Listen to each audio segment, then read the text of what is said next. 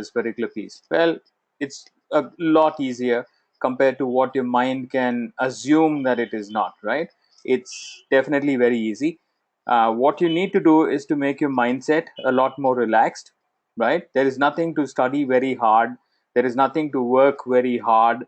That's a virus that is embedded in all of us. So I think you should start telling your mind, saying you could learn while having fun as well.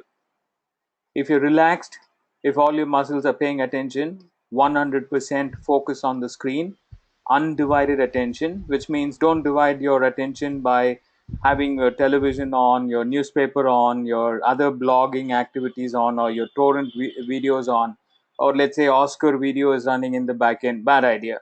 That'll be divided attention, and divided attention always causes a lot of trouble in terms of how we remember things. So give me your 100% attention on the screen. Give me your 100% undivided attention on the subject. And I think we will all fare well. For all you know, after your fourth module, which is the 4 weeks later, if you were to do your examination, I think it will be just a cakewalk for you. A simple slider, and you will be able to get past your certification for email marketing. Okay, so my name is Nityanand without the Swami. My name is Nityanand Ramakrishna, and you may Google it as email trainers in Bangalore, and you'll find my LinkedIn profile if you were to really get to know a little bit about who you're talking to. Fantastic. That's me. In short, right? The rest of the brief discussion about elaborated versions on what people have to say, customer testimonials, and blah, blah, blah can be found on the web. You may want to read and check that out. In the meantime, I would like to know one line from you, right? Your name, of course, I already have. I need to know the company you're working for and the kind of responsibility that you're currently shouldering. Why is it required? I want to know what type of responsibilities that you're currently shouldering, and how will email marketing be beneficial for you. And if there is any expectation along, from email marketing, I want you to specify that as well. Your company, your responsibility, which is the title, sales, marketing, HR, manager, blah, blah. What's your expectation? Do that now, please. Thank you very much. So as you could see, a waiting name, I think Mamta, right? So she says Global Education Limited, that's the company. Give it in one line so that it's easy rather than installments. Take your time and just finish that. Yeah. Based out of San Jose, US. Fantastic. Sunil it is. Okay, there you go. TVS Logistic, Marcom, Mass Communication. Wow. All right, cool. That is Mahuadas.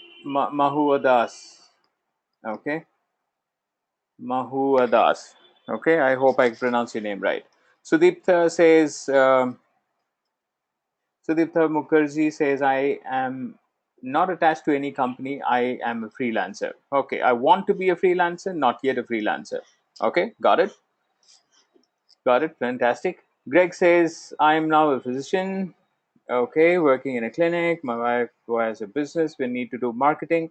I became interested in learning the new career or the chances to expand, and that's why I'm here. Fantastic. Right. Awaiting name, the other awaiting name says that I'm a freelancer. Good one.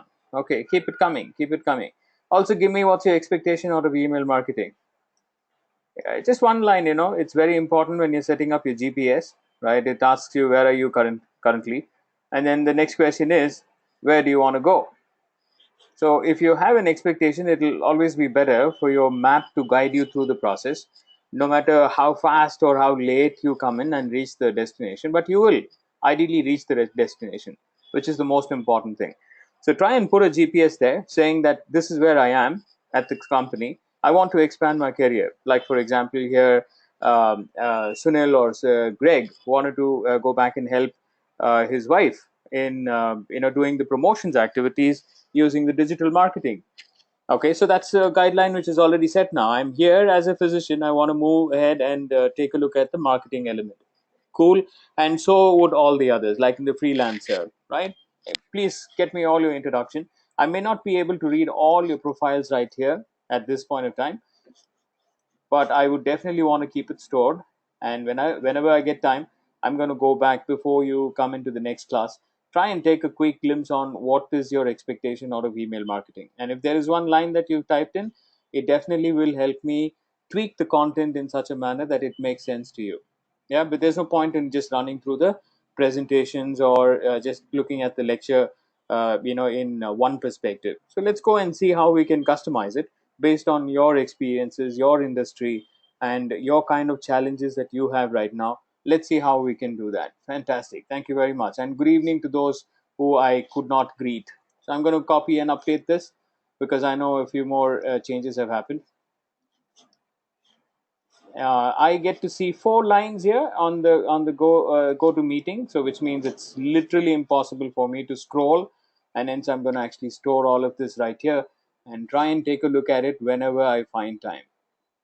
Okay, hope it makes sense. Alrighty. Perfect. So thank you very much for all those who actually wrote 2 liners. Okay, now as you know, this is not the first time I'm doing training. It's almost like 500 plus hours of online virtual training that I've done in the past. DV itself accounts to about 3.5 years. I've been online using this interface, communicating with people and transferring knowledge, skillful knowledge, right? Not the ones that actually just gives you, spikes you up for this particular minute, but actually stays there for a longer period of time. Even when you get back to your desk and you have a challenge in front of you, there are some quick stories, there are some quick characters that will come to your mind. And that's how we've been training in the past. And I think it's the same cut and paste that we're going to be doing with you as well. But there would be slight modifications in how we carry forward every session. All right. If you have a question, and if it is related to the same context. Now, what's a context? If I'm talking about trees and you have questions about trees, please go ahead and shoot the questions out relevant to the tree, right? If I'm talking about water and you have some questions about water, I want you to quickly shoot the questions out, because here the bloodstream, or let's say the energy level of this entire session, is all completely in your hands. Because I can go one way, I can finish up the time in about 1.5 hours. It's very easy for me to complete that, but it has to be valuable, worthwhile for you, and hence keep the sessions active using the chat tablet. The other element on how I can't see you is very high, because my internet speed wouldn't actually suffice to actually see both ways, and nor can I see everybody at once, right? Because the interfaces do not support all 30 people or 40 people here, 26 in this case, 37 registered. 26 people's face I can't see. Hence, do not nod, don't, no nodding. You'll have to type something in order to say yes, I understood something, no, I did not understand something, I want you to repeat, and XYZ, whatever you want to really do. Use the chat applet as a both way communication. Okay, two ways communication. The other element is, we will start our sessions from next week 30 minutes early. I repeat myself again. We will begin the session 30 minutes early. Now, that's not a mandate for you to come in at 7:30, but anyone with a question, anyone that needs an answer to some immediate troubleshooting that they have in mind, and they haven't really found somebody to share that knowledge with, you may want to come in early. We also will check out late. Right from today, we will leave at 10 o'clock is your time ending, 9:30 is your time ending. We will leave at 10, which is 30 minutes late. For anyone who's having questions from the session or from the past, whatever that is, if you have a question, stay back. And if you have a question that couldn't be answered this week, please come back next week early and we will have them addressed. Clear? Okay, now this is where you will reciprocate. The reciprocation can be yes, which is if you have greater energy level, yes. If not, you can just say the letter S, and that should be fine as well. Either this or this, depending on your current status, because I know you've been to office and I don't want to really put a lot of pressure on you right now. Okay, good. Email marketing is not very new for us. Agree, disagree? Email marketing is a very well known. Should we use address to all? Yes, please. It has to be address to all. Agree. Email marketing is not new for us, right? We've seen it. We have multiple email IDs already. For example, Gmail, you probably have 5 or 7 odd IDs by default. And you also have corporate email IDs. Let's say that if you're handling through two, three different brands or clients, you will have various different IDs that you're communicating with, which means email is not a new thing.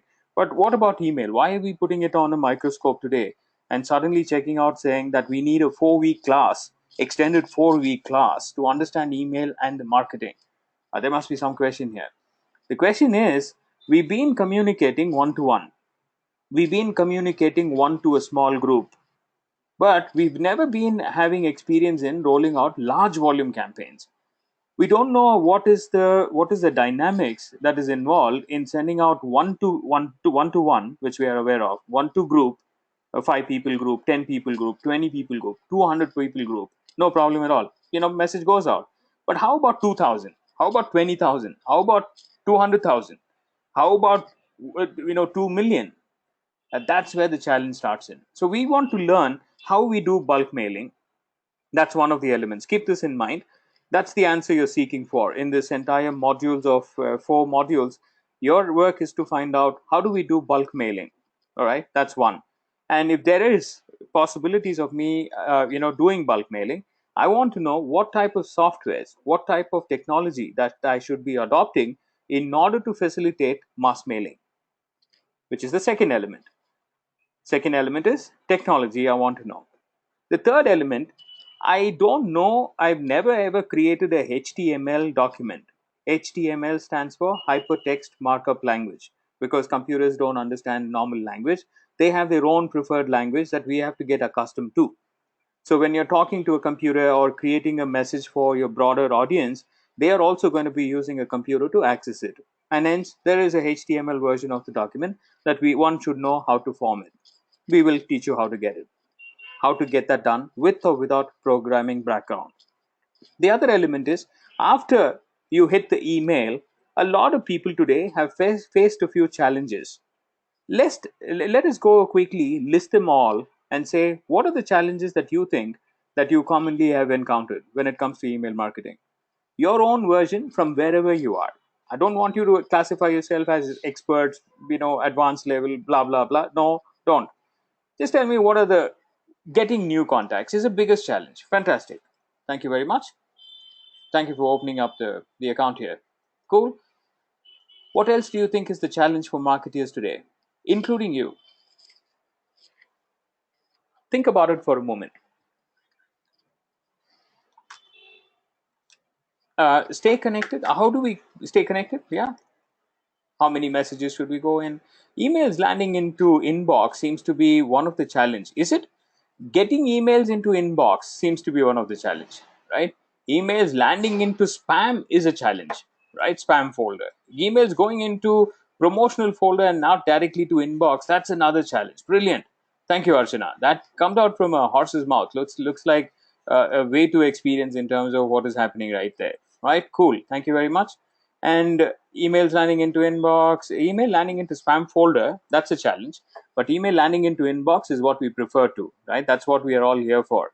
Engagement, personalization of email, very nice, right? Cool. Anything else? Not getting sent to spam folder. That's what I want to learn. Very nice. Getting the attention of the target audience seems to be one of the biggest challenge. I think this is a nightmare for everybody, Sandeep. Not just you, not just me. It's the entire planet of marketeers. That's the challenge. We there's no book, there's no blue book, red book, black book, which one can go and reflect on, and then you know exactly how to really talk to people. Bad idea. There doesn't exist one. So there is a continuous changes, there's continuous testing, there's continuous progressive way of identifying how people behave. There's That's a big field. Grabbing attention of the reader is one of the other challenges here, because imagine for me, when you are now having so many things to be distracted with, an iPhone, an iPad, and a Kindle, and various other technology that's eating up your time. At that point of time, grabbing attention of reader on one of my mail or a landing page, oh, that is huge challenge. Finding a right group of customer is another challenge. Okay, absolutely, that's another one to challenge, because when you're segmenting, you can go and pick up a lot of data. Like for example, let's say you want to go back and ask Google, saying, hey Google, I want to see who the marketeers here in and around, let's say United States, in New York. I want to find out all the marketeers who are in and around the United States. Of course, Google will spill out a few details, but we are unsure which is accurate, which is valid, which is invalid. We don't know. And the other element is those companies which actually call themselves as companies which compile, gather inputs of data are also looking like and sounding like fake companies, sounding like fraud companies. For example, let's go here and say database. Take a look at this. Okay, 90% of your class is practicals. And if anyone is here for PPT, I think you're in the wrong room. 90% of your class will be practicals, show and tell. That's the model I follow. And if you're here for PPT, you will definitely feel out of place. So run for your life now, because this would be the right time to exit. Good. See, look at this database company here. They say that they have state-wise database, categorized database, business database, worldwide database. Now, when you talk to this gentleman, he will call out the price that's like your large pizza cost, which is like you order a pizza and you're getting all like 100 GB of hard drive for that particular money. That means there is something seriously wrong about this business. Likewise, there are quite a lot of other companies. When you do a little more research, you will find a handful of companies which are selling out data, and that's definitely not the right way to segment or target people. Email getting blocked is another biggest challenge, right? If you're in the space and if you've been triggering out campaigns after campaigns, pretty much after your first campaign or your second campaign, sometimes during your first campaign itself, I mean, during your first campaign, it's not ended yet. It's in the process of completion. Still, you will get onto blacklisting, and that's something that one needs to know how to avoid it. Fantastic. Thank you very much. Engagement is, of course, again getting the segment of data, researching about them, what they like and what they don't like, holding up to the attention level, and then finally looking at what they need to be clicking on. Right? It's going to be that's phase three, Ankit. But yeah, so getting them to respond to your customers, that's like a daily game, daily tug of war one should go through. Okay, a personalized email is just a software, like in a software being capable of identifying DND numbers, SMS marketing, right? You pick up a list of all database of all mobile numbers, you upload, and the software will quickly say that XYZ numbers are all found in DND, hence we can't send out emails. Similarly, there must be a software which allows you to personalize campaigns based on your database. If your database has first name of the person, you should be able to synchronize the first name on the template and call it out. How do we do it? Probably could be the challenge. Right? It's not like the solution is unavailable. Solution is available, and there is no what you call challenge around it. There is a solution. Pretty much all the softwares today are capable of personalizing your email, keeping the email body small and crisp, brief, which is today in 2016, when people are falling short of attention, 4 seconds attention span. Where am I getting that data from? 4 seconds attention span. Where did I get that data from? Why do I say 4 seconds? What do you think? Why do you think people have only 4 seconds attention span? And if Neil is saying it, Niti is saying it, where is he getting that data from? I'm sorry, what are you talking about? 4 seconds attention span is what we're talking about. Market benchmark. Okay, could be. There is a research report. Thank you, Priyanka. Good evening. Maybe there is a research report that this guy must have read, and he's quoting it from that particular book. Well, no, you have seen it. You've seen it. Maybe it's not catchy. Yeah. Why? Psychological research says that it's only 4 seconds. Go to YouTube. Does it ring a bell? Multiple apps. Yeah, very nice. Yeah, that's one of the major distractions today. When you go to YouTube, what happens? 5 seconds. There you go. 5 seconds is when you get to see the ad, and then you have 4 seconds to skip the ad. Oh, that now goes back to Priyanka saying psychologically he must have read a book, he must have read a report or benchmark, and that's where he's quoting. Absolutely right. The benchmark today is 4 seconds attention span for any average human, less than a goldfish attention span. Yeah, go to Google and just type in saying average attention span of a human being, and then you see what happens. It will quickly come back with a research report from a scientist, psychologist, and he will quickly quote saying, previously in about 2007 we had about 8 seconds, and now 2014 we dropped down to 4 seconds. I mean 6 seconds, and in 2017 and plus plus plus, it's decreasing day by day. Okay, so average attention span of an adult or a human. You see this? That was 2016, 2007 or 2008. 8 seconds attention span.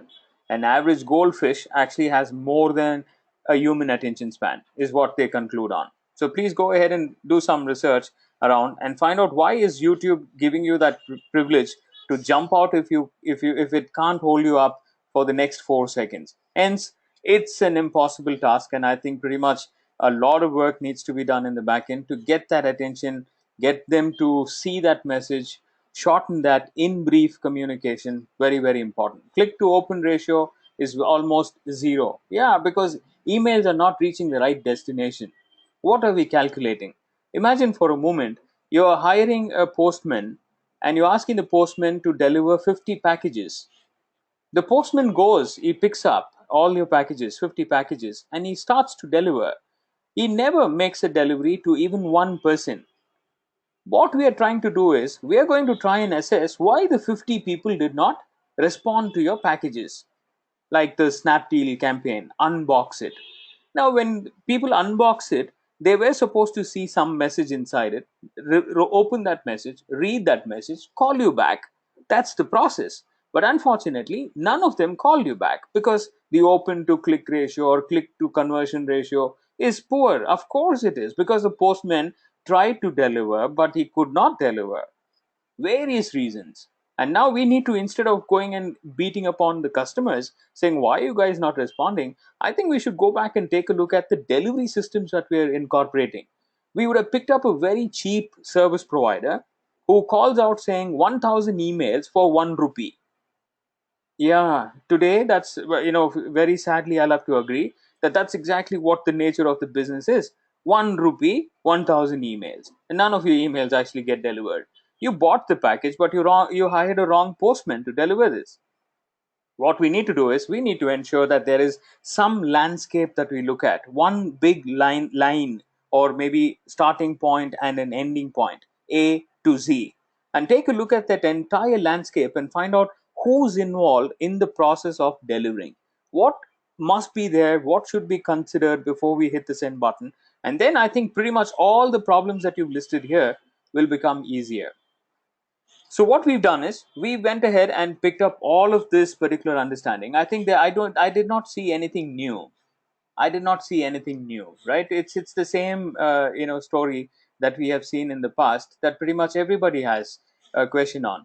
And when I did my research on terms of how do we build up a content, when Kapil called and said, we're building up an email marketing program, my immediate work was to go back and do some research on what's already existing. Like for example, studying HubSpot, studying Udemy, studying lynda.com, studying simplylearn.com. These are all the adversaries for digital Vidya. So when we went ahead and did that particular research, we found out that pretty much everybody is talking about, very lame stories around email marketing, but they're not really giving out the core truth that one should be learning about email marketing. So here's what we've done. Here's what we've done as a curriculum for you in the next 4 weeks to come. The postman who was supposed to deliver the boxes, I need to know the delivery system. I need to know who should I hire, what is the perspective that I would apply in order to hire these people. I need to know, and you'll get the answers to all of that particular elements or the parameters that is involved in deliverability. The next element, when it comes to content, there are certain types of content that you want to refrain from having it on your email, which means take your hands off if you're forced to pen down a free word, discount, coupon, shop, click, or there's quite a lot of other filtration system that's around based on your words. So we need to really look into that module, which is the second module. Typically your second week we will be studying through this particular element. On the third week, which is also called as the creative, we will teach you how to use an email service provider, also known as ESP. These guys provide you with platforms which allow you to create HTML designs, template designs, and with or without your programming background, you will be able to create those in a GIF. Like in about 5-10 minutes, you'll be able to create out templates. We'll show you how to get that done on the third week. On the fourth week, since a lot of people had confusions around the database, and with my research background, I think when I go back to Google, I see quite a lot of information around Google which can still qualify to pick up segmented audience from a particular portal, right? So let's go back and ask you. Let's say I'm going to be asking Google saying, Google, if I were to really pick up all the marketeers from Delhi, let's say marketing department from Delhi, and I would like you to pick up all their contact information, please. So Google, without any second thought, will run in and check this out, which is it's going to go back and say, okay, done, sir. I'm going to actually get you all those people who have listed there, saying that they are they're around, and the contact information is there for me to see. I'm going to go ahead and bring this up on the screen. Just there. Okay, come on, Google, listen up. Okay, yeah, it did, as you could see, marketing department, which is marketing department in Delhi, and all of them coming out of LinkedIn, right? Which means LinkedIn is a portal that people voluntarily go back and give out information there. So if they are actually doing it, so I think it's easy for us to facing technical issues. Can't hear you. Okay, now that's a common challenge again, right? Depending on your internet access. So in order to overcome that, please do the following. Go to speed test. Also check with your GoToMeeting and find out what it's saying. There will be an indicator which is green, amber, and red. If it is green, that you're all good. If it is amber, that means it's really not okay. Like slowly it's getting down. And if it's at red, forget it. It's your internet actually not really working.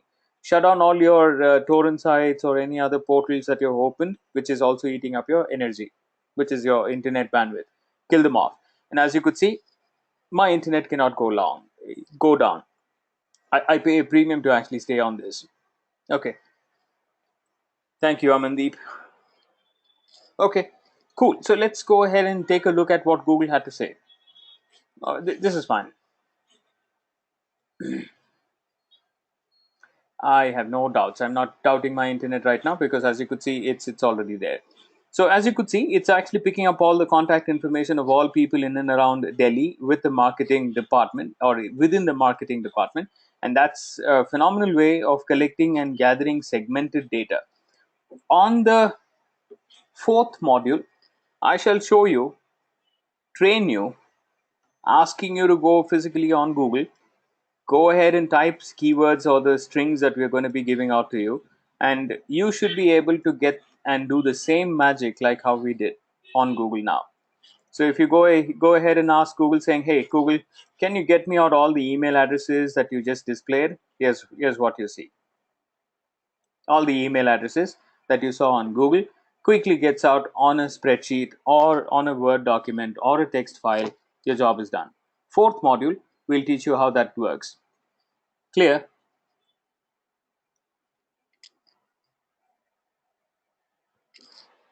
Okay. All right. Perfect. When are we going to learn this? When are we going to learn data sourcing or lead sourcing? When are we going to be learning this?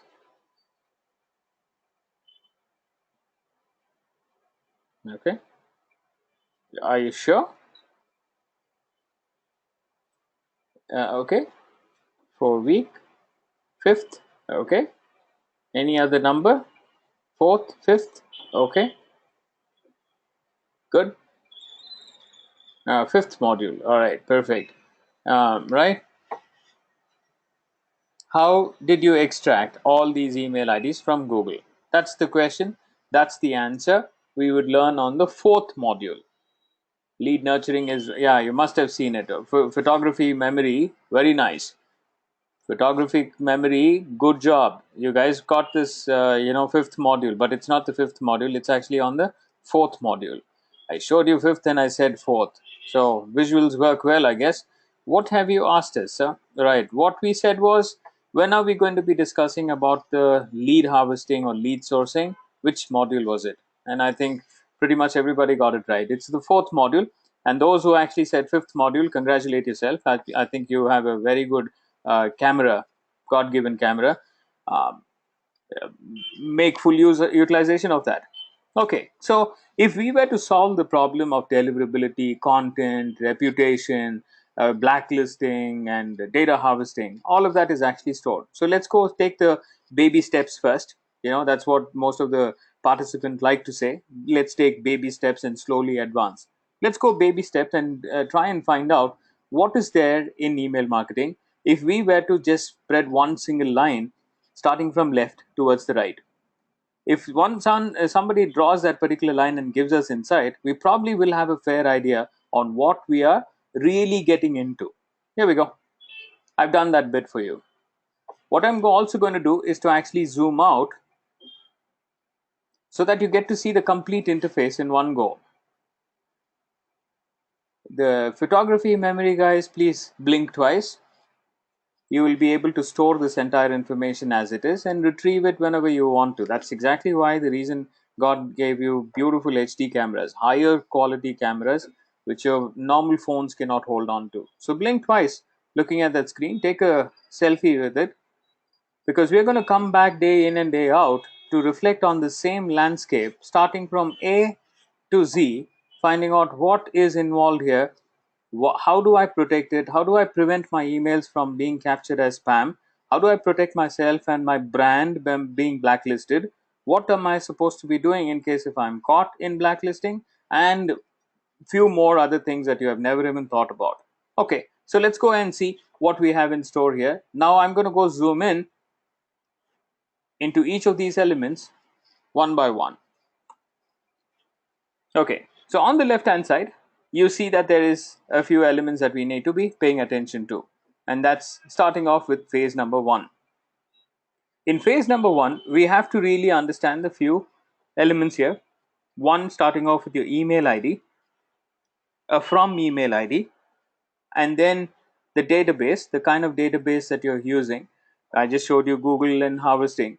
Now, if that is the right approach or is it a wrong approach, we need to understand that.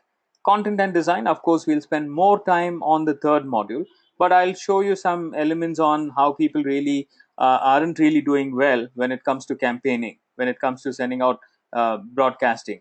The email service provider and the roles that they perform for you on your behalf when you rent out their service. What are they supposed to be doing? How are they supposed to be working? So when you look at this benchmark, then you will know exactly how you can evaluate any service provider who comes and claims themselves as an email marketer or giving you a server to execute the campaigns out. So that's one thing that you will see from the phase number one. Now let's say I have my campaign ready and I have my template, ready to go, and an email service provider has given me a truck which I can dump loads of emails on it and then be able to send out communication. So I'm going to hit the send button here and I'm in transit. I go into Bermuda Triangle, or Bermuda Pyramid, is it? No, Bermuda Triangle. So go into Bermuda Triangle. We don't know what is happening. According to us, everything was okay, but when it shows up, it actually shows up into the spam folder, or it shows up into the promotional folder, or any other folder that you can think of possibly. Okay, or the destination was supposed to be inbox, but it doesn't show up in inbox, but it shows up in the spam folder. Now, if I were to really understand the story well here, then I'll have to move back, because I can't stay at phase 3 and find out email marketing is bad, email marketing ROI is less, email marketing click to open ratio is bad. No. Don't tell me your opinion about why email marketing is not working, because if it is working for other organizations, if they claim to have invested very few amount and gained a lot of returns from email marketing. I stand as a testimonial for you, having worked 7 years in a company, or maybe 9.5 years in a company, generating opportunities to sell databases for that particular company. You when you look at LinkedIn profile, you will know 9.5 years I toiled on a lead generation process just on emails, and I've seen the company grow from where they are, from where they were to where they are right now. So that's exactly the power of email marketing. And if it is done right, people see the benefit because it actually naturally goes into the inbox. Then you can go back and apply the filter saying, where's the money, champion? Where's the money? Well, if it is not in the inbox, what's the money are we looking at? We should really look at, where is it, my friend? Where's my email? Where is it exactly? Go hunt. We should send a team to hunt our emails down, to see exactly where it is stored. So let's do some troubleshooting now. If I were to go in and find out an answer to my entire question on why it reached the inbox, it probably is well within this Bermuda Triangle, or it's on my phase one activity, which is trouble with my database, trouble with my service provider, and hence my emails are reaching to spam folder. Or I can just go ahead and unveil this and sneak peek into what is happening. Can you see what I see? 2, 3 checkposts that we'll have to bypass. Cops all over the place. Cops all over the place. They're asking you questions saying, hey, you stop here, get me your license, get me your documents. Hey, stop here, show me what you're carrying, what not. Oh, brilliant. That's the story that you are likely to see in the next 4 weeks to come. What do you think? All well? Cool. See, I told you, you don't have to be a master. It will feed the beginner. It will also feed the advanced guy who's having his collars up and saying, I know everything. We're going to answer all of them. So, but whenever you see I'm addressing a beginner, advanced guys, I fold my hands and say, sit back, give them a chance and an opportunity to learn, because they will also be there at some level, and they'll come back as and meet us someday saying advanced level. And once we are talking to advanced level guys, beginners, keep your fingers crossed and stop there and wait, because I am definitely going to address you as well.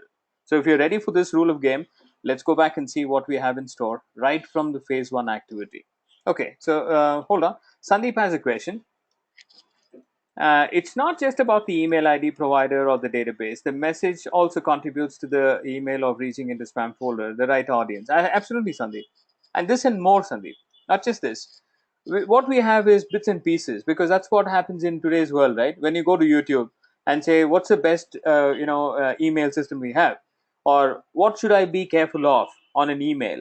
You will see beautiful stories, right? There's a lady, she comes over and teaches all corporations, top level corporations, on how to do email marketing. Oh, please go back and take a look at it. For all you know, I can see Miss India coming and talking there, and absolutely nothing to do with technology or the marketing activities. It's a joke. It's a comedy, because people are actually having every little element, one pieces here there. There is no collation of all of that and putting the jigsaw puzzle together and saying that's the bigger picture. Do you see it now? Kind. Which is what we're likely to do in the 4 weeks to come. So sit back, and I'm sure you will be able to see through it a lot more carefully. Okay, so let's begin our journey with understanding the phase number one. And trust me, everything that I recite on the microphone today will be part of your examination. Yeah, the certification exam is, the questions are drafted by me. So if you're going to the V skill, D skill, whatever skill you're going to, you get the certification. That skill question is coming from me. So which means I have picked up some from the presentation, which will be part of your giveaway, which is part of your LMS program as well, LMS platform. You'll find the PPTs before you join the class too. But that's not the information that will come out as a questionnaire. But everything that is said during the storyboarding here will come and rescue you in terms of getting that A4 sheet of document saying that you're a certified marketer. If you're not concerned about that and you want to just look at the logic on how it works, play with me. I think you will make a smarter person by just opening up the computer and solving company's problem or customer's problem and taking the cake away from there, which is the check. Okay, so let's pay attention. Freelancers, heads up. Beginners, heads up. Let's go and take a look at the basic element from the phase one activity. Phase two is deliverability, that's where the cops are. Phase three is where the inbox placement happens. And if phase three goes wrong, we can't troubleshoot here, not much of it. Majority of the troubleshooting has to happen from phase two and phase one. Okay, on the phase one, we have an email ID because the journey begins with an email ID. And a lot of people have messed up on how they do emails with email ID. To give you a practical example of what happens with an email ID, what type of information is visible in front of customers when they click the email, let me show you some practical email templates that have come in. I can take you to India. Occasionally, I will also take you to the US. Okay, so which means you will get to see two types of communications happening from different geographies and see how advanced those people are and how we are catching up with the internet penetration. We're catching up, right? We didn't have a greater celebration of independence at all. We caught up with the independence celebration. Now we're going there. We're trying to catch up with the internet speed too. Once we are there, I think we will beat up pretty much everybody else in and around the industry. But for now, I will give you two versions of it. One, I'll show you India, and I will also show you US on how these people are working in, depending on the context, depending on how the questions are coming in. So let's go here and take a look at the Gmail account and try and see if I were to just bring up Air Asia. Okay, I'm looking at Air Asia. See, the keyword is Air Asia, right? And see what comes by. Nearby. Okay, fantastic. Air Asia is sending nearby. Anyway, I also have Air Asia here. I see the from name, and along with that, I see the from email ID from where it's coming in. I want you to carefully pay attention to this. I saw a from name and I saw a from email ID. The company's name is Air Asia, and it's coming in from an email ID called edm.efinmail.com. Wow, what a credibility that they have established already. So which means, like somebody said, are you sure, somebody here, and then we were trying to find out a different name, and I said, why is that identity crisis around? So he gave you clarity saying, sorry, because my registration took place wrong. Here it is an intentional mistake, call it aware state on how they're making the campaigns. It may not be a mistake, but they're well aware of what they're going through, what game they're playing. Okay, so they're playing Air Asia here, and they're giving me an email ID which is coming in from eFin Finance. What do you think is the reason? Why are they playing it this way? Why shouldn't it be Air Asia and Air Asia? Shouldn't that be the way to build up trust with consumers? What are your opinions? It's a service provider, okay, maybe it's a different domain altogether. Yeah, so they don't want to use their primary domain, they're trying to use a different domain altogether. Fantastic, good point. Cheap email service providers, yeah, perhaps, very nice, good, that could be another way of thinking, right? Good. Anything else? Anything else? This is their way of bypassing the check post. Super, good job. This is their way that they have identified how to overcome that cops there, which you saw in the Bermuda Triangle. Very nice. Good one. It's a fishing activity. It sounds like fishing activity because trust, forget it. I think trust is later, but the way it looks like, it's your attire, right? Before you say, hi, hello, my name is Nityanand, if I were to be really meeting you at the office, what are you looking at? You're looking at me. You're looking at the outer continents of an individual. And then you already have your biases kicking in and saying whether the person is good or bad. It's already there, it's happening. The profiling is happening as we just open our eyes and look at a person. The profiling is already done. Rich, poor, hungry, not hungry, sweating, no deodorant, what do you call, salary sometimes, yeah, the kind of job he's working in, if the shirt is collar is dirty, quite a lot of assessments. This is a day in and day out process that a human goes through, and so is on an email.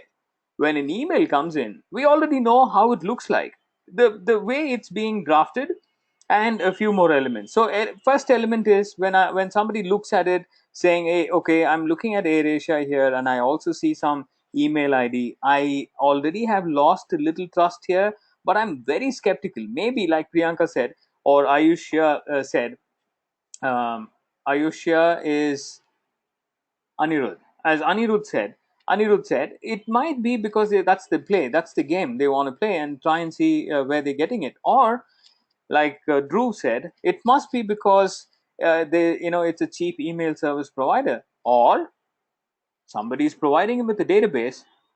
Somebody told him saying that this is all travel people, people who travel on, using domestic airlines. We have a database for that. And so they, AirAsia jumped in and said, why don't you just go send out an email? Oh, they did. Okay, good.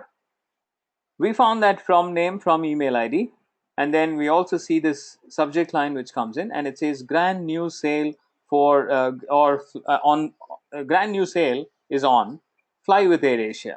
That's what it's saying. Okay, interesting subject line that is. Soon after the subject line, there is another line which is a second subject line, also called as pretext. I repeat myself again: subject line, second subject line, which is also called as pretext. That this pretext stands as a, what do you call, as a standby for your subject line. If it cannot convey too much here, this pretext will convey the rest of the story. And here, unfortunately, they did not use it well. It says, if you find this email in spam, please mark it as a not a spam, and as, and it is very important. Oh well, it's already now killing me. Reputation in terms of what you're using, and your identity itself is not established here. Second element, I see that it's going to be going into spam. You're already aware of it, and you want me to fish this email from the spam folder and make it as important. Something is really, really fishy about them. Okay, so that's the mindset that we have already created by not doing a few things right. You getting my point, ladies and gentlemen? Are you following through? Story, story, story. No PPT. PPT only when required. One slide if I need to hunt a picture, then PPT. If not, only practical. Let's see. So the elements that I called out, all of that put together is called the header information. I repeat myself again. The elements that I called out just now, all put together, summing up all that elements together, it's called as the header information. I mean, I would expect you to recall that header information when time comes. Thank you very much. So let's go into the story and see what else these guys have. I'm going to click open, finally mustering up courage. I know it sounds like they're fishing me, but I'm going to still take that offer, saying that some sale is on and I want to see what that is. Oh, 2017 New Year sale is on, and I can fly to these destinations at the cheapest price, 917 rupees. Oh, cool. Irresistible offer. Looks like, yeah. And is it coming from AirAsia? I don't see a single logo of AirAsia. I don't see AirAsia logo anywhere on the template. But still, I want to click on it. Here's what I'm going to do.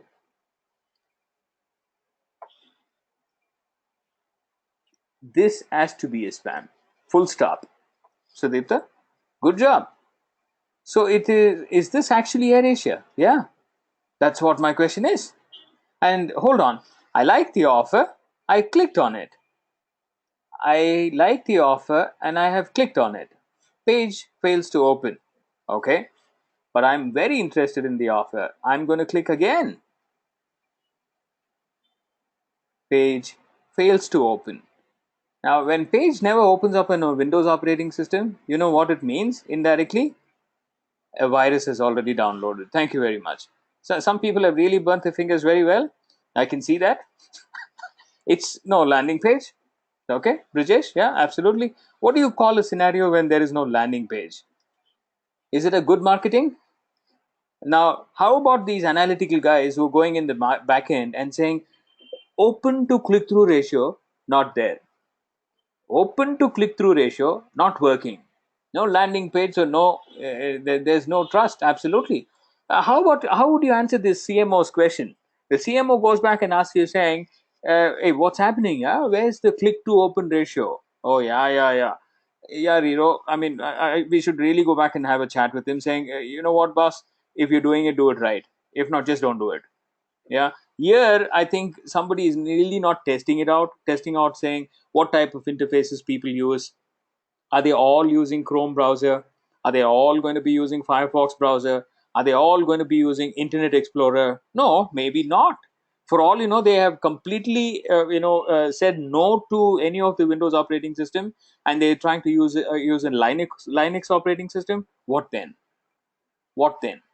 That's the thing that we have to really understand when you're doing email marketing, which is when you're doing any type of marketing. When you're doing a PPC campaign and your landing page doesn't open up, PPC is going to actually bill you for every click that happened. But unfortunately, they're not landing up anywhere because the landing page doesn't exist. So does the send cookies, or by doing so? Absolutely, there may be. There is a hidden agenda there that these people are trying to achieve. I could not find the logo. I lost trust here when they said that they're writing it from eFin or some finance, right? Some company unknown. Now, when I opened up the template, I didn't see AirAsia's logo. They had a beautiful logo. AirAsia has a beautiful logo. There's an aircraft flying, and there's those ladies dressed in red will be there. And we have seen it multiple times, AirAsia's logo. And now I don't see that. But still, I wanted to pick up the offer. Something is suspicious about this email. Does it count on clicks? Absolutely. The analytics will be calculating, saying that the person opened the email, and the person clicked on this, and he failed to take the offer. This is not coming in from competition. Maybe, do not know. Fingers crossed. But the analytics will quickly report saying the person was led to the landing page and the landing page is not open up. Okay, now that's one of the things that you will also have to do when you get back there. Please go ahead and do your testing first. So that is the goal. Pay per click. You got the point. Good job. Good job. That's the whole goal. Get people to click on it. You're signing up with vendors. You're signing up with vendors who are ready to actually mail out using the database for just one optimization, one click. Open your email, click on that link, and I'll pay you 150 bucks. Oh, sure. I think they must have made 450 bucks now. They are making money, absolutely. And that's, let's say, internet is booming, internet is easy money, work from home. Yeah, you can call it in any type. But end of the day, sweating is when you really get money, right? And that money stays for a longer period of time. Not this one. Okay, so when you're doing it, marketers, consultants, please try and take a look at where you start the game, how you end it. Test all the pages before you send out. That's the lesson learned. You test all the pages that you're sending out, and also try and find out if you can get an email ID, a proper identification to your name, and not this awaiting name or waiting for name to come. This waiting for name to come tells me a lot of story about who the person is, because I'm a psychological profiler as well. I come in from that criminal mind background. I'm the guy who stays with the investigator. I'm not the guy who creates the crime, but I am the guy who investigates it. Yeah, so profiling is happening. Profiling says that somebody is really not interested in showing off the name there. Okay, something like that. Here, EFIN definitely says that the trust is not built. The bond is missing out. Very nice. Landing page requires hard work from them, so they are fooling by doing the pay per click. Yeah, whatever lesson comes to your mind, depending on your experiences that you've had and seen. Now you know what to do when your service provider calls out saying that there is so many clicks happening and the registrations haven't really taken place. Test that on multiple browser, please. That's the takeaway again, which is don't test them on just the Chrome browser. Try and see what happens on a Firefox browser. Try and see what type of plugins people use on a particular browser. Maybe the plugin can kill the campaign. Okay, so that could be one of the reasons why this campaign really did not succeed. And if you're looking at the third phase and making sense of saying that the email channel is not working, probably people in the parking lot will say that. They smoke out to glory and they say, email revenue not coming. Yeah. Email dead. Yeah. Email not working. Email not working. Yeah, you're dead and you're actually making others die as well. You just go and do your job right. That's what I feel like saying, but unfortunately, I just have to just hear and walk out of the companies. But when you're doing it, do it right. Good. So that's when you see that the email ID, the part story on how this is done. Now the question could be, if people have really chosen not to do it, maybe it's very hard to create an email ID and roll the campaign out. Could be, because companies. Well, I mean, end of the day, what does a human need? A man will go to any extent so as to not to think. Yeah, that's the quote given by Einstein, isn't it? He says a man will go to any extent. in order to avoid himself from thinking. That's why the Chennai Express makes 350 crores in collection. A lot of movies which never said, you want to come to the theater and start thinking, wearing a cap of a thinker. That's the failure movie. The entire community disagrees on, making that movie as a successful movie. But if you give them a song, asking them to come and dance for, what is that song? Uh, Lungi Dance song. Oh yeah, that's a big seller. That's a big seller because, yes, that's a big seller because you said leave my mind in some place safe. Come without your brain to the theater. Oh, that is a blockbuster hit. Okay, now similarly, there must be some logic here as to why people refrain from creating email IDs. Let's go and see that. And before we go in creating an email ID, I want you to focus on saying, if we were to just do the same campaign using a Gmail account, I would like your opinion to see if I will be able to ever do a campaign, using a Gmail account for a database of, let's say, 5,000 subscribers. What's your opinion? An email ID, which is a public email ID, using a 5,000 odd emails, possible, not possible? You'll have to back it up with evidence. Yeah, possible. Very nice. Good. Very nice. Good. Yeah, go ahead. Possible. How many possible? I think there are three. Okay, four. There's a maximum number of limit. Sudipta seems to be very technology oriented here. Okay, so I think I'll have to retire Amandeep and quickly make Sudipta as the co-trainer. Okay, it's a paid version. Okay, so if you have a paid version, it would be, ma'am, very nice. Yeah, sir, very nice. uh, Anirudh, no problem at all. No clues, no problem. We're going to actually find an answer to it. I'm keeping the other people here. I'm pricking their brains. Trust me, there's a CEO here. There's a freelancer here. There's a student here. There are so many people with great experience, and I think it would be a waste of time if they were to sit down in the class and not share their opinion or knowledge. It's very important to ask them as well. And this is what I come for. 3.5 years, same story again, right? Not possible to survive. What I come here for this, what people think and how we can alter their thinking, help them see the right perspective, correct them, re-alter, start moving, make them win, the game that they're playing in. That's what I'm here for. And definitely not to go ahead and show you the PPT part. Okay, cool. Let's go and see some more here. And these are some of this. Looks like, look at MailChimp. You should really look at an email service provider, is what Greg is saying. But no, email service provider is my last option here.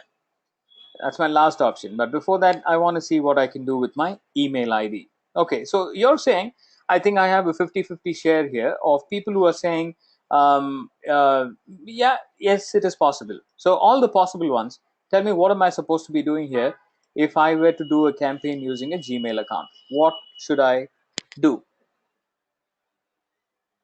Give me the step one. I mean, is it this? Open your Gmail account, click on compose email, and click the button which says BCC, blind carbon copy, which is to CC and blind carbon copy. Copy and paste a list of emails. Can be 5,000, can be 20,000, or any number. Just drop that there and then start mailing out. Agree, disagree? Or is there another procedure? Tell me, what would you do? Agree. Ah, very nice. Oh, disagree. Very nice. Good. I like that too. Come on, Priyanka. Come on, Jyoti. What should I do? Mail merge. Put that into a Word document and then connect that with Google Apps and then, yeah, tell the story. Use a MailChimp. Bad idea. Bad idea. I said don't use any service providers. Email service providers are there, plenty. Not why MailChimp. There are quite a lot of other service providers as well. How many have you pasted? Okay, so if I were to get a count on that, I just move the mouse here. I think It may not show me that when I'm doing it on a BCC. Okay, here it says how many? 92. 92.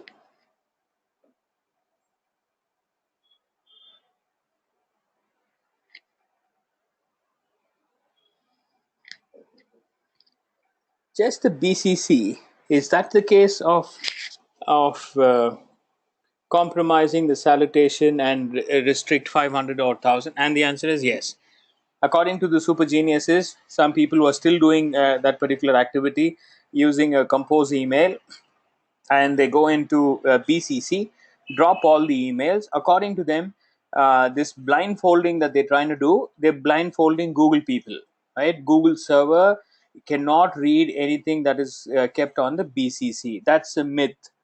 That's a myth. I'll show you the logic here. So let's go back and stay connected on the story. I need a Gmail account if I were to really execute an email ID. So I need to go to Gmail in order to get this done, which is a cloud platform, which means I need to use a browser and then I can access this, for which I need a computer for you. So let's go from the basics and understand how one creates an email ID. So let's go create that email ID. Um, this is Surface Pro. If you are keen on Gmail, not really, sir.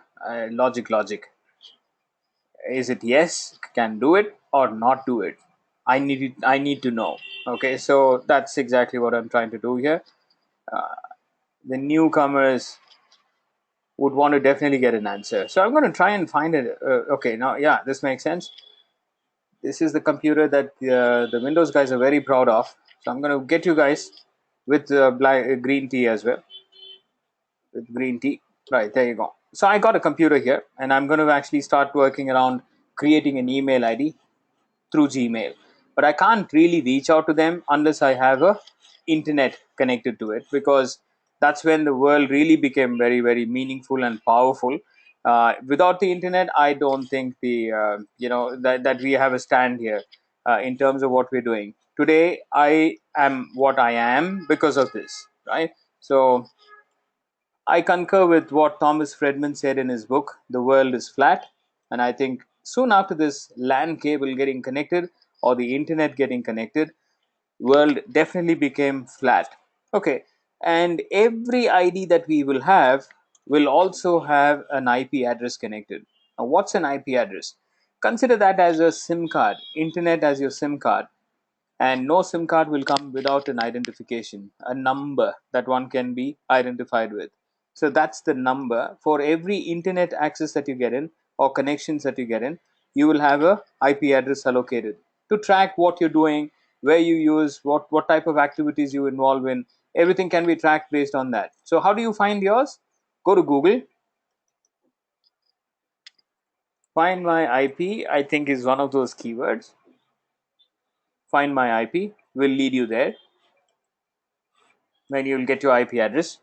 That's the signature or the number that is allocated to you from the ISP provider, Internet Service Provider. Now you can also do what my IP,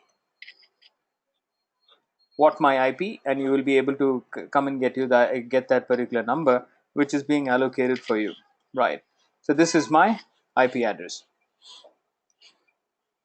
Okay, so I picked up my IP address and I'm going to be using this internet to actually access www.gmail.com, which is a cloud environment or a cloud platform, which means it's somewhere on the cloud hosted. So I'm going to bring this in and say, this is my server of Gmail, and I'm going to go to Google and create an account. I'm going to set up an account here. My account is Nithi at gmail.com. Wrong email ID, don't try to mail this. Okay, so this is my email ID that I've created using my internet. Now there are few ways that I can check my email. So I can go use a Chrome browser. I can use a Chrome browser. Chrome browser, open Gmail or log on to www.gmail.com. and then I can go ahead and incorporate my username and password. I'll be able to check my incoming and outgoing emails. Isn't this the process?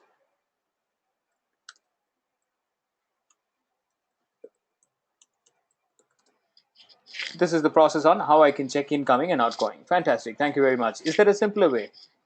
Is there another easier way for me to do this? Which is, I need to, let's say, if somebody's sending me out an email, um, I need to get that into my inbox. So I'm going to send out an email to myself and say, hi there, shoot. Without logging on to www.chrome browser and then Gmail and various other, I should be able to, have an automated software or something that actually pings internet or the account every minute or 5 minutes, every 5 minutes, to retrieve any new email that has arrived. So is there another solution like that? Automation? Can you call out some softwares which can do that? Uh, Zendesk, okay, fantastic. Mailchimp, okay. So you see this? I never went to Gmail to check my email, but since I sent that email to myself, software was made to ping the server and try and find out if there's a new email. And if there is one, it will quickly retrieve that. So when you click on this particular button, you will see that the email, avoid notification. Yeah, it can be notification plugins that you want to get in. So this is I there is the message that we sent, and we got that in. So such email softwares are called email clients. Email client. Okay, email client can be plural as well. Outlook can be one. Yes, Outlook is one. Zendesk is contribution from Priyanka. I can give you a few more. Airmail, Postbox, Unibox. Is there another? Yeah, there are so many of them. Inbox. Yeah, the Yandex would be another, I believe. Okay, software. So you can install all of these softwares and quickly get this particular software configured to check your emails as many times as you want, or depending on a frequency. And if there is one stored on the network, which is on your cloud server, it will quickly have them downloaded onto your desktop. So you can save a copy, you can read it offline, you don't need internet. There's a plenty of other options that comes in along with this particular software, and hence people use a lot of softwares. Okay, so that's important for you to see, because sometimes there's a myth that if you're using an Outlook and you're using a mail merge on Outlook or any other interface, you would notice that you're avoiding Gmail. That's the logic that people have connected with. But I want to show you the real time as to what happens when you hit the email as send email. What type of evaluation goes in? How does it go? Whether you're using a BCC, whether you're using a that what do you call mail merge, any functionality for that matter, Gmail will have a clue as to what you're doing. Here we go. These are my emails, preferably in this order. Okay. Let's say this is my email, and I've composed that from my desktop using any of these clients, and I'm going to hit the send button. Let's imagine each box is a representation of 100 emails. So 300 email is the lot that I'm sending out of my computer. When I hit this send button from my computer, it will go knock the Gmail server. And when it comes to Gmail server, Gmail will quickly apply limitation, because every email ID will have its own limitation. Now, on a free account on Gmail, Gmail goes through that limitation. So, depending on, it's like a cop, yeah, very much like, right? They will have that limitation verified, and then they will find out what is the quota you have for that particular day. Depending on the quota you have, it will allow it to reach the other side, which is the receiver. Be ready to carry that forward to the receiver. If not, it's going to just block it here and say, sorry, my friend, you've been violating rules multiple times. Now I'm going to create a history about you and then slowly take you out, deactivate your account. maybe for a day. I'll try and warn you. If you still don't listen, I'll delete your entire history out of Gmail. And I will never allow you to come using that particular IP address, because if this is the IP that you're using to to send unlimited emails, though there are restrictions, whether you know or don't know or unaware, it's not my problem. You'll have to be aware is what Gmail is saying. Okay, so what's the limitation? Here's the limitation: 150 emails per day from Gmail to other domains.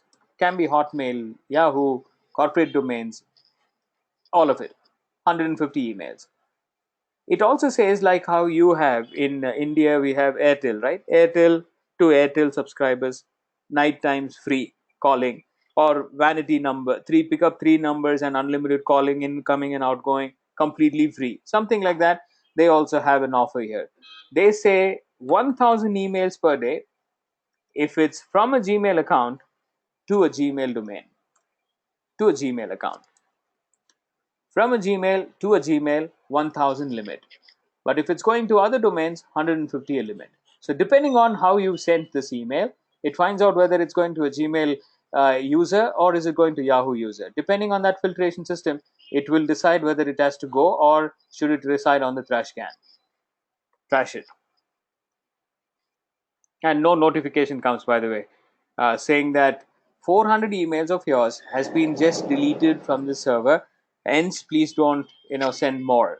It never happens because it's a free account that you're working on. No information comes to you saying that the email has been thrashed out, but this gentleman, with all the energy that he sent out, will be quickly waiting for that responses to come in, but unfortunately it never even made it. Clear? How about Outlook? Oh, it's the same thing, sir. Whether I use Android phone to make calls when your SIM card is banned, yeah, whether you're using an Android or a Windows operating system or iOS operating system, irrespective of that, makes no sense. Your SIM card is barred of what do you call international calls to be made. You'll have to activate it right here if you were to really make the international calling. You can't just use phones. This is a iOS phone, so I'm going to try my SIM card to make outgoing calls to international numbers. Not working. I'll try my Windows phone to try that same SIM card. Not working because it's not that.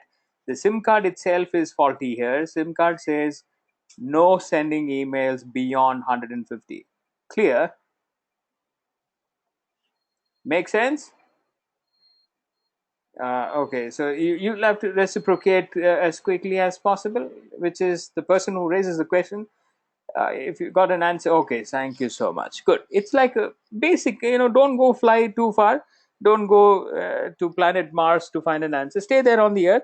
And on the Earth, don't stay afloat. Stay on the ground. And you'll find the answer right there. Pick up smaller things and you will see that the connect is very simple. Now, how can we really make calls when your SIM card is banned with or not activated for outgoing calls, international calls? You can't really make it unless these guys activate it and say you're free to roll out bulk mail. Now the question is, why on earth did these guys really block this? I mean, what's the big deal in doing it? Why? Okay, there could be some reason, because there are no accidents according to Kung Fu Panda. Urgue, that's the character. He says there are no accidents. It all happens for a reason. Here, so there's no accidents. How are these guys blocking us out? What is the reason? Any idea? Because remember, when did these guys come in? When we had Hotmail 2 MB space. Or personally, I was holding up to a Hotmail account, and we had to delete emails to receive emails. 2 MB space is what we had. Yahoo came. Yahoo as a rescuer. It said 4 MB space. Come to me. Migrate from Hotmail. I'll give you 4 MB. 2005, we got the deliverance. We said Gmail came in. It said do not delete any email. Store it. Unlimited emails. Unlimited emails right from the year 2005. Now they had given the flexibility, but you know what? Sometimes the monkey, which is if I were to really believe in the evolution theory, the monkeys do not know how to use the freedom. They don't know how to celebrate freedom. They always like to be in a prison. Try and give out a freedom to your kid or somebody. that monkey will quickly make a mistake. Especially my monkey there at home definitely makes a mistake, which means he cannot enjoy freedom, as in freedom. He can't really celebrate that. He has to be somewhere caught. He has to be punished. He has to be given minus points, negative points. That's the way system works. Similarly, when these guys gave us space, when these guys gave us, all the liberty to use Gmail for free, we bombarded emails. We did left, right, center marketing. Here's what happened. And people started classifying it as spam, spam. And now that's another virus that is sitting on every customer's mind. When you're doing mass mailing, they say that you're a spammer. I say, you know what? I'm nowhere close to spammer because the Russian guys are already beating my numbers, right? I'm nowhere close. I'm not even fraction of the number that Russia sends. But I am also labeled as a spammer. Nityanand is equal to spammer. Okay, good, fantastic. What's a spam? Define spam for me, all the 27 of you. Let's get the crux of what is a spam. Are the monkeys really making a mistake? Let's try and find out. Something you don't want, right? Very guys, very good. A definition says something that I don't really need, not necessary for me, is a spam. Good. Anything else? Irrelevant to me, right? Something that I don't want, I don't require it at this point of time, and that's going to be attributed as spam, right? Cool. Good job. Not required for me, something that cheats me, something that dodges me, something that breaks the trust in what I believe in. Okay, good, fantastic, very emotional touch there, right? Cool. Cheating. Unrelated, irritating emails.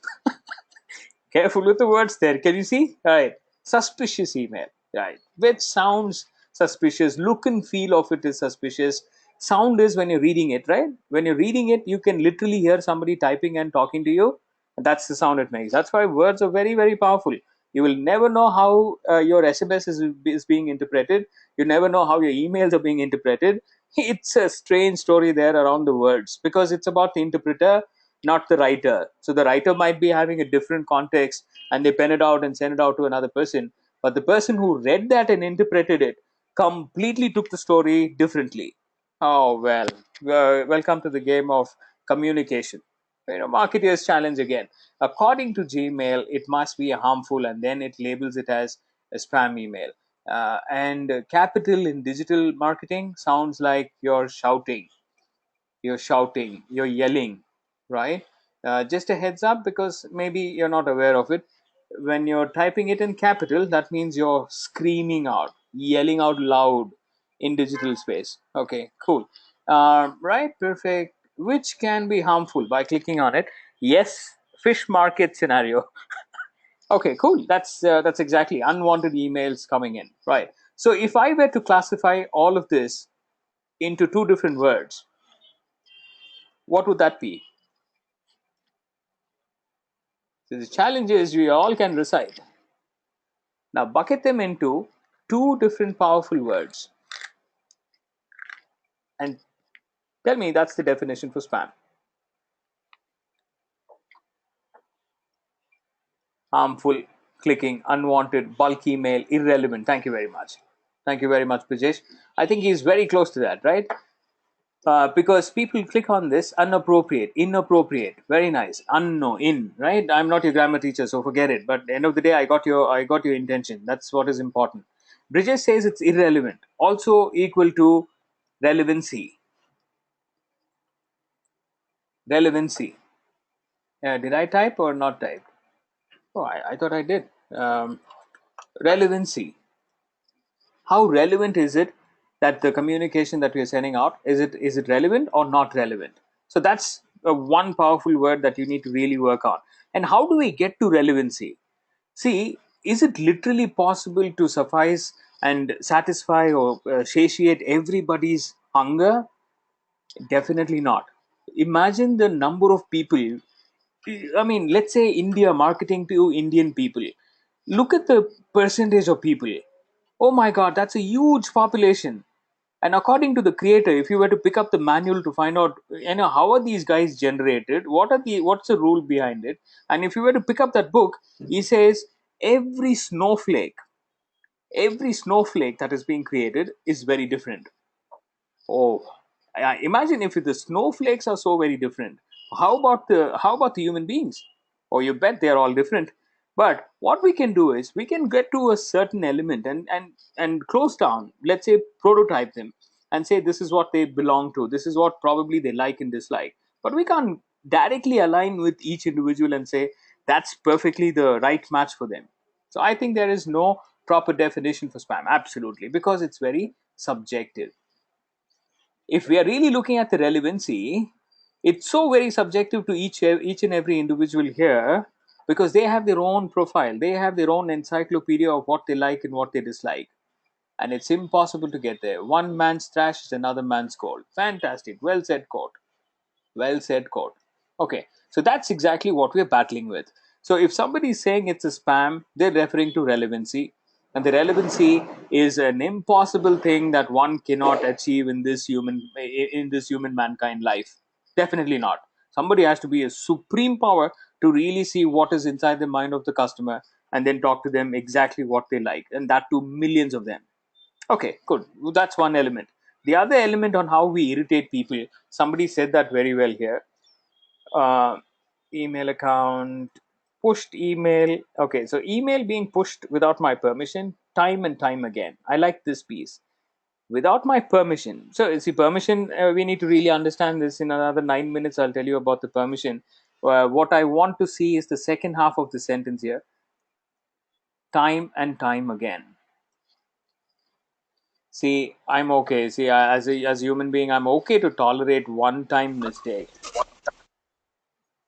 Okay, मेरे भारतवासियों वासियों वासियों आजाम आजाम. That's exactly how it sounded. What happened? All well. Okay, good. I'm not Modi Sarkar, nor am I giving out a speech. So try and keep your microphones off. Thank you very much. Good. So time and time again defines frequency. Irrelevant message. Irrelevant message. Being sent out to me. What happened to frequency? Sent out to me multiple times. That is definitely something that people don't tolerate.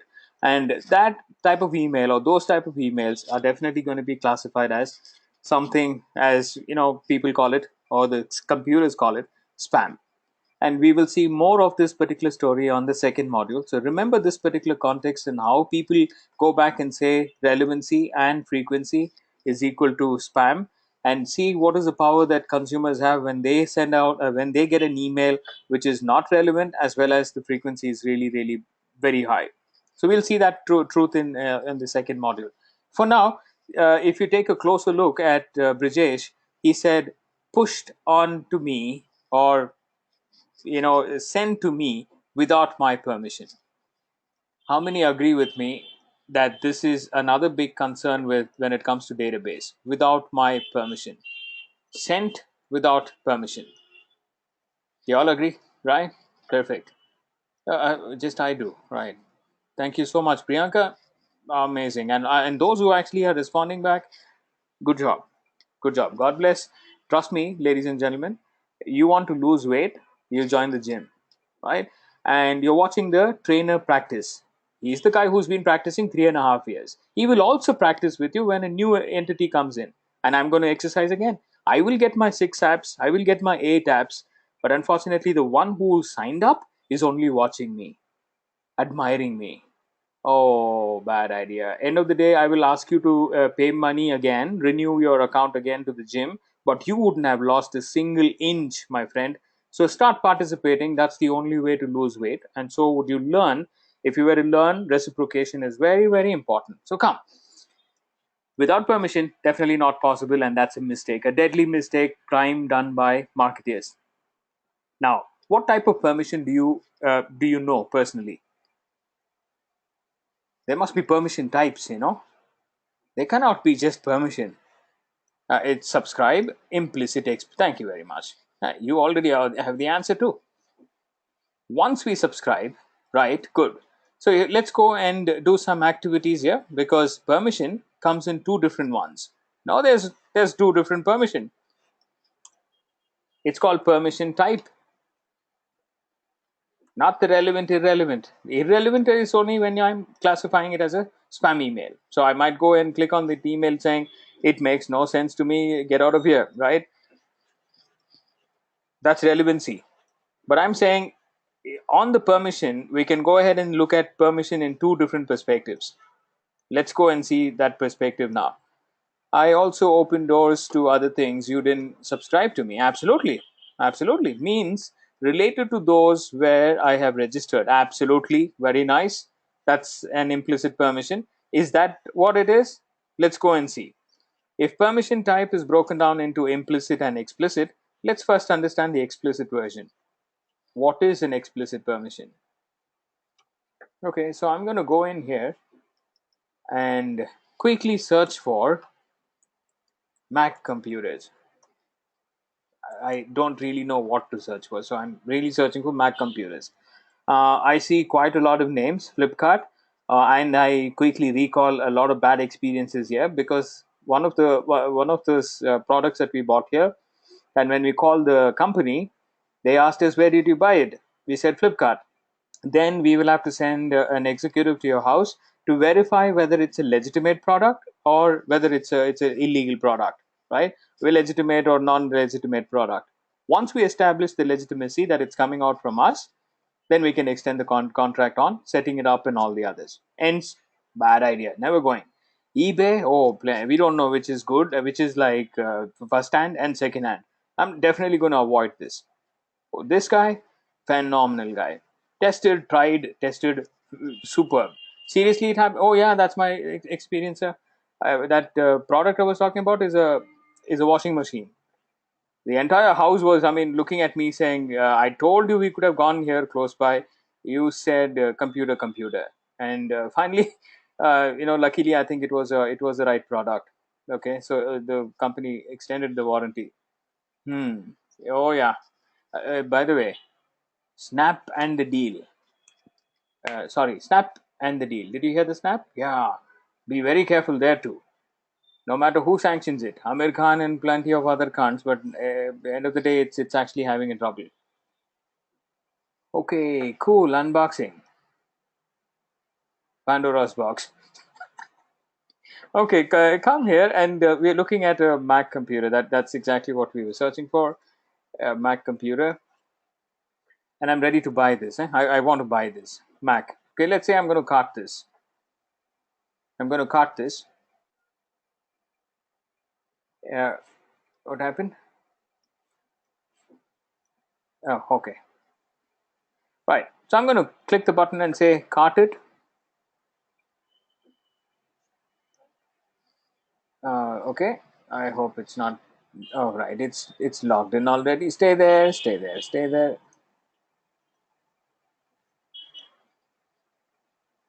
Stay there.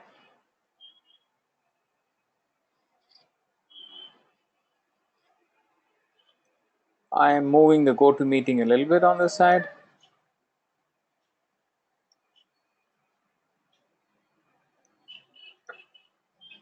Okay. I clicked on the button which said cart and I said finish cart. And when I said finish cart, it quickly came up with a pop up window here saying, please sign up. If you're not an existing customer, please create an account with Amazon. If you're an existing customer, please give us your credential and sign in. Okay, so which means a form is going to come in, and when I click on the button which says create a new account, it's going to ask me for some required details like my where to ship the address, shipping address, first name, last name, phone number, and quite a lot of other details that it's going to be asking for. Along with that, you see this button here which says terms and conditions apply, and that terms and conditions will quickly be applied based on offers coming in. We will send you mailers. Now I'm also volunteering to click on that button saying I agree to the terms and conditions, sign in. This type of sign up is called explicit sign up. Ladies and gentlemen, give me a heads up if this is clear. This particular sign up where you're filling up the form and going to a blog and downloading a PDF document or subscribing to a blog voluntarily, typing your name in and your email ID and saying, filling up the form and leaving out an evidence saying that this is the IP address I come in from. and this is the IP address that I would like to sign up with. Okay, when you do that, that's explicit permission. What is implicit then? What is implicit? So let's go and take a look at what is implicit. I'm sure you must have gone to a conference. I'm sure you must have attended trade shows. I'm sure you must have gone to expos, and quite a lot, right? For anyone who's new, just type in trade shows and click the button on images. Try and see what it looks like. This is exactly how it looks like. One event organizer quickly picks up a location or a venue, allows tents or what do you call stalls or booth to be set up by exhibitors, whoever has a product and they want to actually exhibit here, they are free to come. And the event organizer will also go ahead and promote this to various other attendees who are likely to come, target audiences, because who are the consumers of that particular product will be invited to this particular expo. Okay, so they all join up. I'm going to actually open up one of the pictures here, and I want you to get with me inside the trade show, and we'll see that in 2 minutes. I'll let you go home. Okay, so I'm coming here, and I'm going to open up this picture here and blow this up. I want you to get into the trade show for a moment. Get there. And now you're looking at this particular individual having a conversation. As you could see, they both are either partners, and you can see the boundary line crossing. You can see so that it's either both guys are partners who have visited this particular company, trying to find out what they're selling. Now, as you could see, the border line is what is defining me, saying that that's the booth. Most often, I do not know why they don't step out, because when I'm in the booth, I'm actually with the customer talking shoulder to shoulder, not really on my boundary here. So these guys will be exchanging what the product is, showing demos and all that.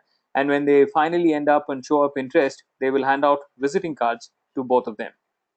Now, the visiting card has no digital signature, has no terms and conditions being agreed, but they just hand out the visiting card. And on the visiting card, you have pretty much all the details that is required for you to reach out to an end user. Phone number, first name, last name, email ID, physical address of the person, fax number of the person, and if there is place for provision for a Google Map, I think you'll also have a Google Map. Okay, now that type of permission is called implicit permission. Wherever a visiting card is being exchanged, wherever you see that there is no digital footprint that we're leaving out, is called a implicit permission. So expos, trade shows, and various other place falls in. So we call it as V card, visiting card, people exchange. The other element is when you have a website, and you have a contact us form, contact us page. And there is reason why we have a contact us page, for people to pick up that number and contact details to call the other customer. And those type of data will also be considered as implicit permission. When you have a LinkedIn profile, nobody made a mandate. It wasn't an Aadhaar card to actually have a LinkedIn card, isn't it? So you can go ahead and voluntarily choose not to have a LinkedIn profile, or you can choose to have a LinkedIn profile.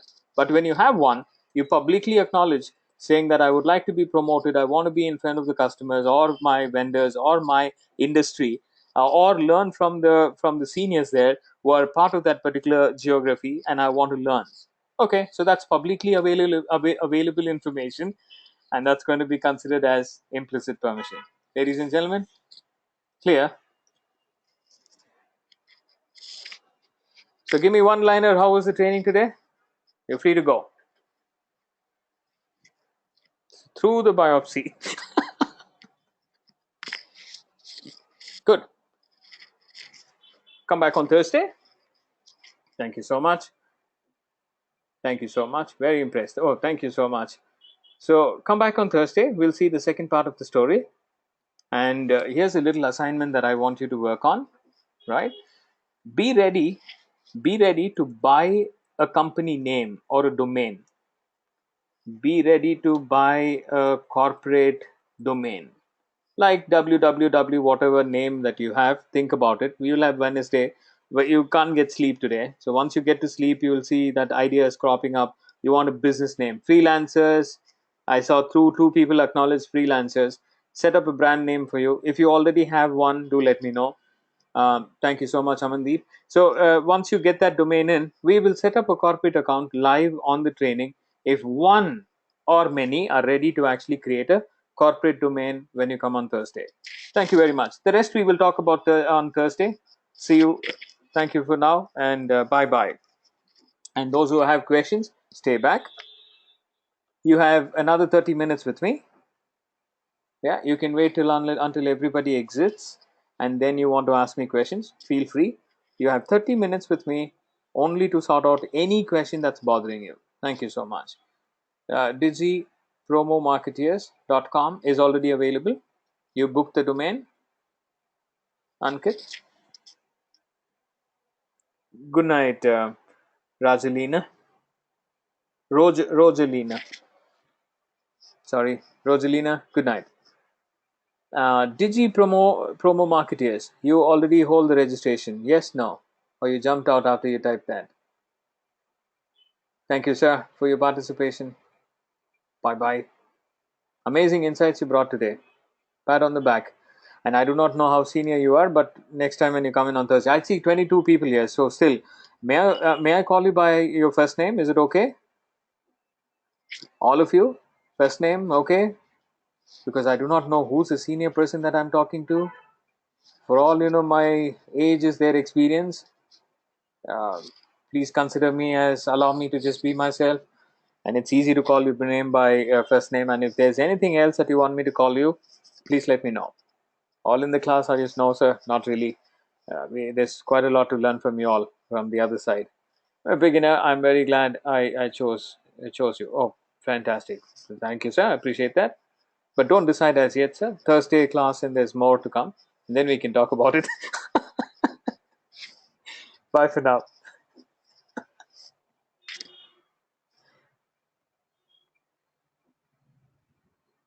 Subject. Anybody with questions? It's subjected to change. Not really, but I'm just pulling a leg.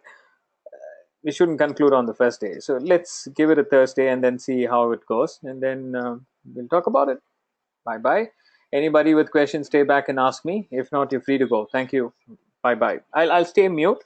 As soon as I see a question come by, I activate because I'm a hungry animal for question. Yeah. Thank you. Bye bye.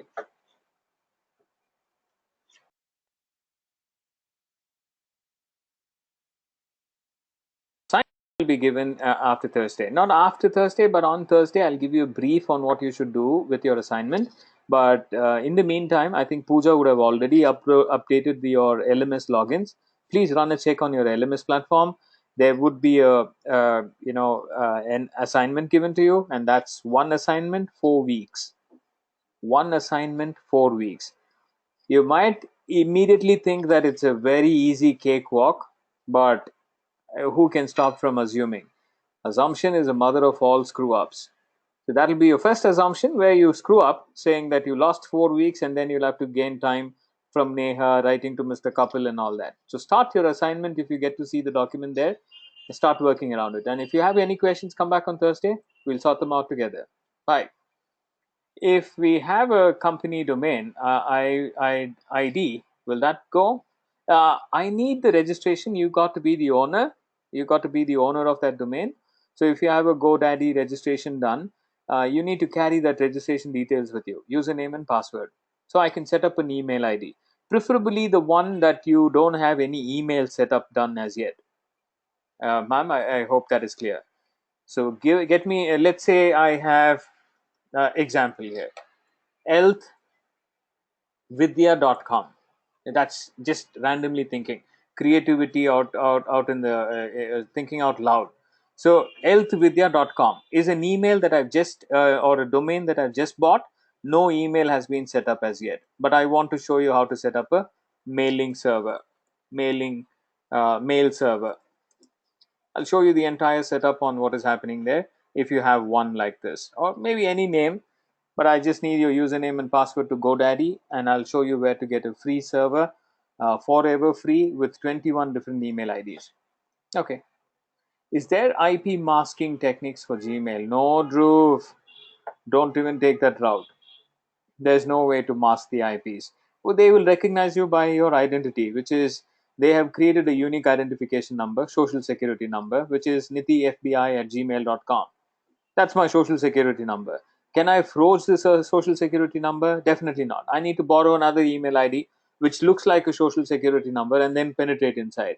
And if they find fault with me, forever banned. And that will also hit me on my SEO. Remember SEO? Yeah. So whatever domains you're searching for will never show up on your Google search. So straight to the spam. Then why take that when you already have so many alternates to look at? You come on Thursday, we'll show you some more alternates there. Will we be able to access this recording to listen again? Yes, sir. You would be. I think it takes about a day's time. I think for you, it's today. It's morning for you. By the time you end the day, next day morning, you will have your recording. That's exactly how it works. Spam is a dungeon of email. Yep, and that's what we don't want to go in. Will we use the Mailchimp for campaigns? Yes, of course. Third module, third module. Amandeep.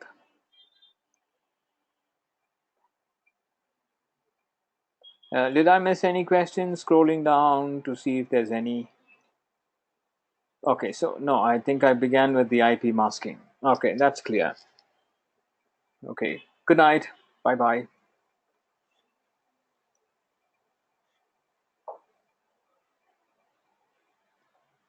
Nisha Pal, you still here?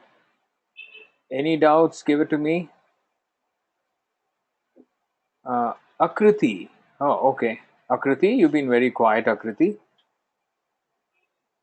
I don't see your name anywhere, Akriti. You were there or you were not there, also, I don't know. You are the last bench Einstein, is it? Okay, Einstein. Third module, there will be a test there. We'll see how you perform. Okay, no, I don't see your name at all. Wow.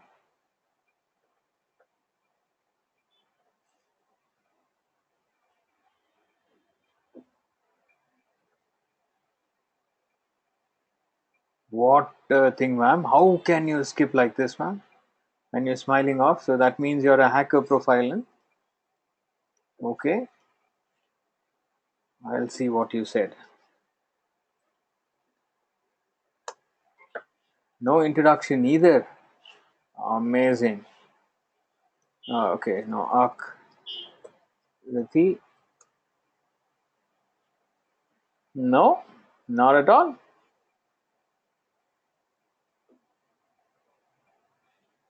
Was working for a startup in sales. Okay, I got it. Want to now shift to my digital marketing career. Okay, okay, now I understand. I understand. You'll warm up. You'll be there. By the way, my father-in-law, his name is Nityanand Pandey. Oh, fantastic. Okay, cool. So yeah, I think it's nice. Okay, I'm gonna actually store this as well. This is very important because I need to see 7 people like me. So this is three, I think. Two I've already met. This is the third one. I was giggling initially. Thanks a lot for the session. It was great learning experience. Good night. Good night, Ankit. I'll see you back again on Thursday.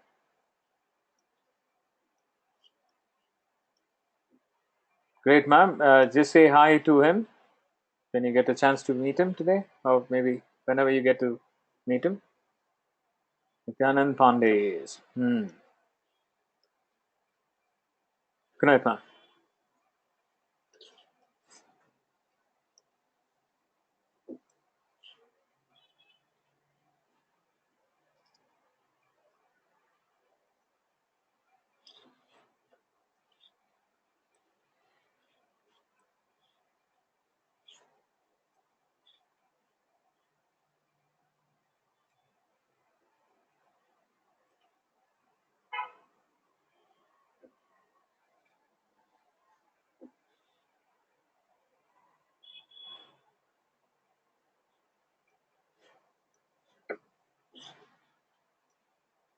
Okay, bye bye. It looks like we don't have any questions. So we'll see you back again on Thursday. Bye bye.